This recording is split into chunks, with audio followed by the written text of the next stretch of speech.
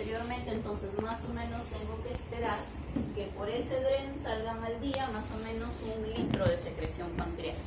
Y tengo que saber principalmente qué iones se pierden por la secreción pancreática, que es bicarbonato. Entonces, para saber cuánto de volumen y qué ion yo debo reponerle al paciente. Entonces, en forma general, ustedes deben conocer cuáles son las secreciones que se producen a los diferentes niveles del aparato digestivo, cuál es el volumen y cuáles son sus características, ¿no? Es diferente que yo le ponga una sonda a un paciente en el estómago y que se empiece a eliminar jugo gástrico a que se empiece a eliminar líquido pancreático. Entonces, esas características ustedes deben diferenciar.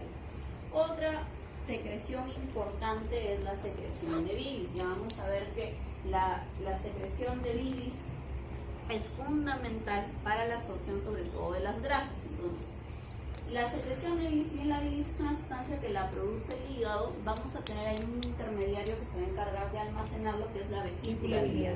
Obviamente, si un paciente yo le extraigo la vesícula biliar, eso no quiere decir que ya no va a poder absorber grasas, sino que va a tener mayor dificultad porque la cantidad de bilis que va a poder secretar al momento de que lleguen las grasas va a ser mucho menor, debido a que ya no hay depósito, ¿ya? Entonces, la bilis es producida por el hígado. Los hepatocitos se encargan de, a partir de colesterol, ácidos biliares, ésteres de colesterol, formar la bilis, que inicialmente, a diferencia de los otros compuestos, va a ir en un sentido que va de los canalículos biliares a los tabiques interlobuliares para desembocar en los principales conductos biliares, que ya ustedes por anatomía lo habrán estudiado.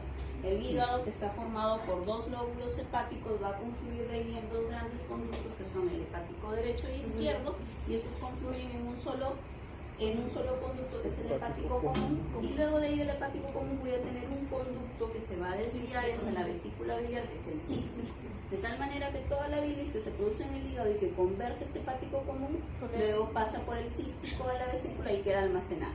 Cuando viene la grasa y yo necesito que esa bilis que está depositada en la vesícula se libere, ¿qué pasa? La colecistoquinina contrae la vesícula y otra vez pasa por el cístico para desembocar en el conducto común, que es el coledo.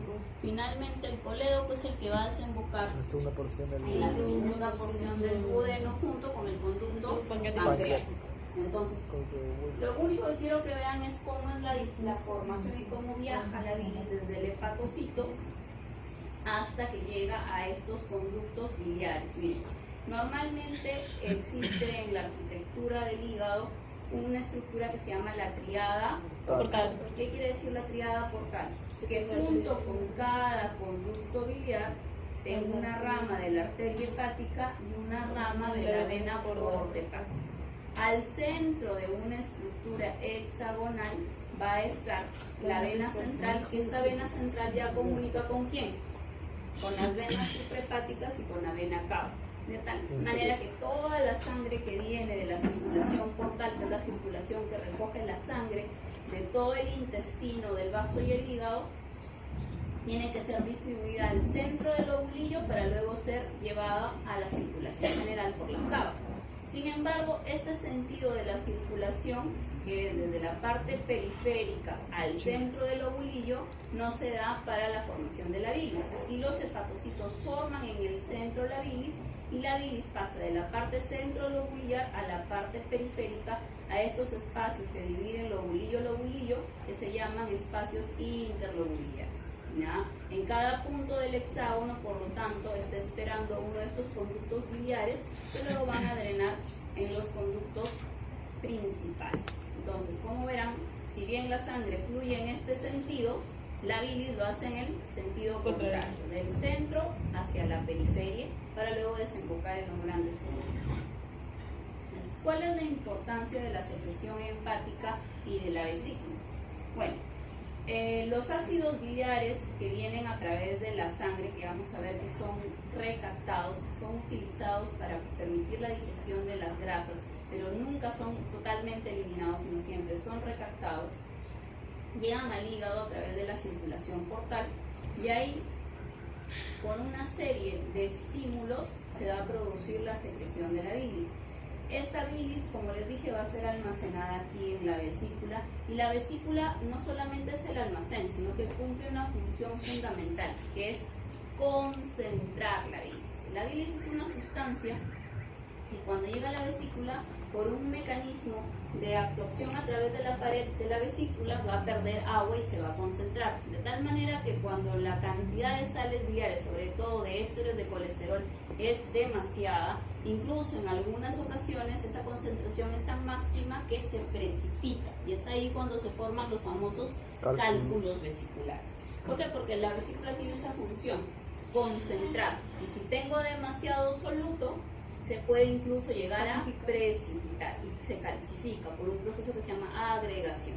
Entonces, normalmente eso permite que esta bilis que está acá en la vesícula sea una bilis muy concentrada, que cuando venga el estímulo pertinente, sobre todo el de la colecistoquinina por la vía sanguínea, que se da porque un alimento, el quimo, que llega con un contenido muy ácido, llega al duodeno y estimula la producción de esta colecistoquinina, entonces aquí a nivel de la bilis va a haber mayor cantidad de bicarbonato también para neutralizar la acidez del quimo y sobre todo para absorber las grasas. Entonces, ¿cómo es la composición de la bilis? Principalmente tiene lecitina, tiene colesterol y tiene ácidos biliares. ¿Qué es lo que predomina? Como ustedes verán, principalmente el colesterol. De tal manera que si esta paciente consume un exceso de colesterol, mayor probabilidad de sobresaturación de la bilis y mayor probabilidad de que se produzca la precipitación. Ahora, ¿cuál es la finalidad de este colesterol y de dónde obtengo yo este colesterol? Obviamente este colesterol va a venir de la dieta y del mismo metabolismo hepático. El metabolismo hepático tiene la posibilidad de formar a partir de los ácidos grasos libres colesterol, ésteres de colesterol. Este colesterol a nivel de los hepatocitos sufre un proceso que se llama la glucuronización, ¿ya? Aquí en los hepatocitos hay unas enzimas que se encargan de conjugar. ¿Qué quiere decir conjugar? Hacen un proceso por el cual este colesterol se convierte en sales biliares. Y estas sales biliares, como ya vamos a ver en el siguiente capítulo, que es digestión y absorción, tienen la propiedad de tener un extremo polar y un extremo no polar. ¿Recuerdan ustedes cuando estudiaron la membrana lipídica de todas las células? Saben que ustedes tienen un extremo polar y un extremo no polar. El extremo no polar es liposoluble, es lo que está hacia el centro, y el extremo polar es el que está hacia la superficie en contacto del agua. De eso se trata la conjugación. La conjugación trata de que a las sustancias yo les proporciono cargas de tal manera que tengan un extremo que puede estar en contacto con grasas y un extremo que puede estar en contacto con agua. Entonces las sales biliares tienen esa propiedad y además actúan sobre las grasas haciendo un efecto que se llama el de saponificación. ¿Qué pasa cuando ustedes tienen un plato lleno de grasa y le echan detergente? Se separa la grasa, ¿verdad? Se separa, no se queda uniforme ya. Ustedes tienen el plato lleno de grasa y le echan el detergente y de pronto la grasa se va haciendo fraccionada. Ese es el efecto que hace las sales biliares. Actúa como detergente natural o saponifica. ¿Qué quiere decir? Que cuando yo tengo una sal biliar, la sal biliar lo que hace sobre la grasa es disminuir la tensión superficial. ¿Qué es la tensión superficial?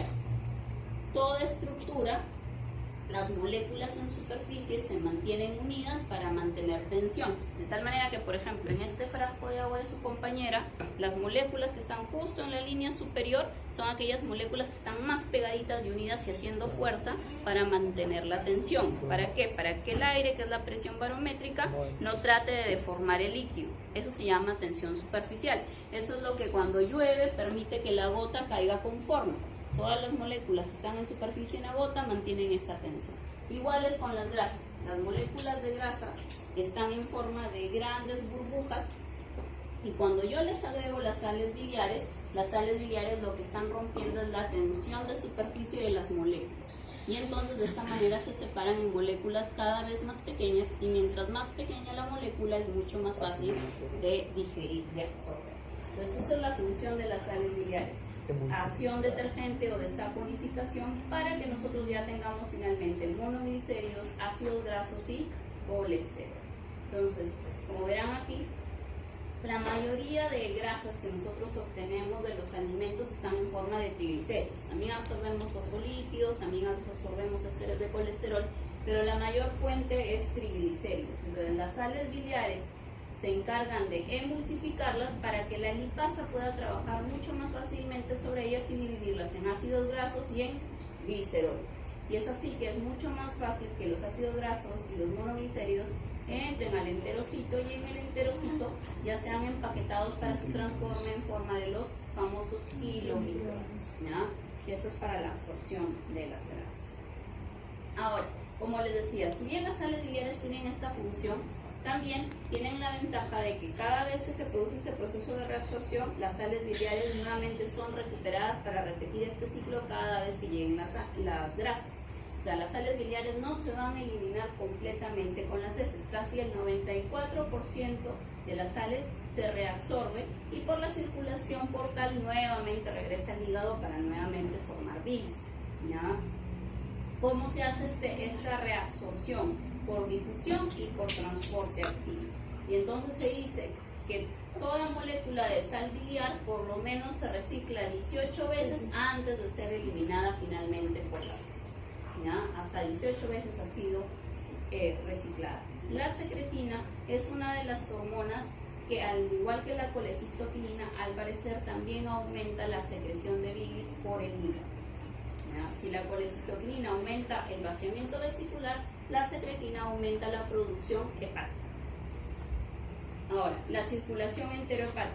¿Qué es la circulación enterohepática? Es la circulación que permite que las sustancias que son segregadas a la bilis puedan absorberse por el epitelio intestinal y reciclarse al hígado por la vena porta hepática, que es lo que sucede principalmente con las sales biliares.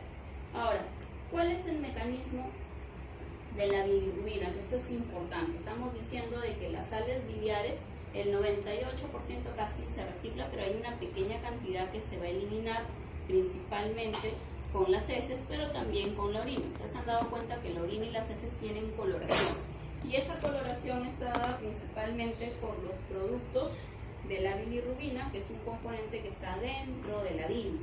Entonces, la hemoglobina normalmente está siendo eliminada de los eritrocitos que ya cumplieron su ciclo vital. Ustedes saben que los eritrocitos viven 120 días, ¿ya? Y los eritrocitos pues tienen su complejo de hemoglobina como un hemo y la globina. La globina es la proteína, el hemo es el derivado del hierro, ¿ya? De la hemosiderina. Entonces, esta hemoglobina va a ser, una vez que el eritrocito es, por así decirlo, aniquilado por el vaso, que es el encargado de eliminar a los eritrocitos viejos, esa hemoglobina va a ir al torrente sanguíneo como hemoglobina libre y va a llegar por la circulación principalmente al hígado. Lo que dice RES es el sistema retículo endotelial, que es principalmente el vaso y que se encarga de la eliminación de los eritrocitos ya maduros. Entonces, cuando yo tengo esa hemoglobina libre se va a convertir por una serie de enzimas en el torrente sanguíneo en bilirrubina. Inicialmente una bilirrubina que se llama bilirrubina no conjugada. Y esta bilirrubina va a llegar hacia el hepatocito para entrar al proceso de conjugación. El proceso de conjugación es un proceso que va a permitir que esta bilirrubina sea una bilirrubina que la haga más soluble, ¿no? Entonces, al ser más soluble, puede ser eliminada a través de la vía urinaria o puede ser eliminada a través de las heces. Entonces, la bilirrubina en forma de urobilinógeno puede ser eliminada a través de la vía urinaria y a través de la bilis va a llegar al intestino y después de ser reciclada las 18 veces, finalmente con las heces va a salir en forma de un pigmento que se llama estercobilinógeno. El estercobilinógeno es el que le da la coloración característica a las heces.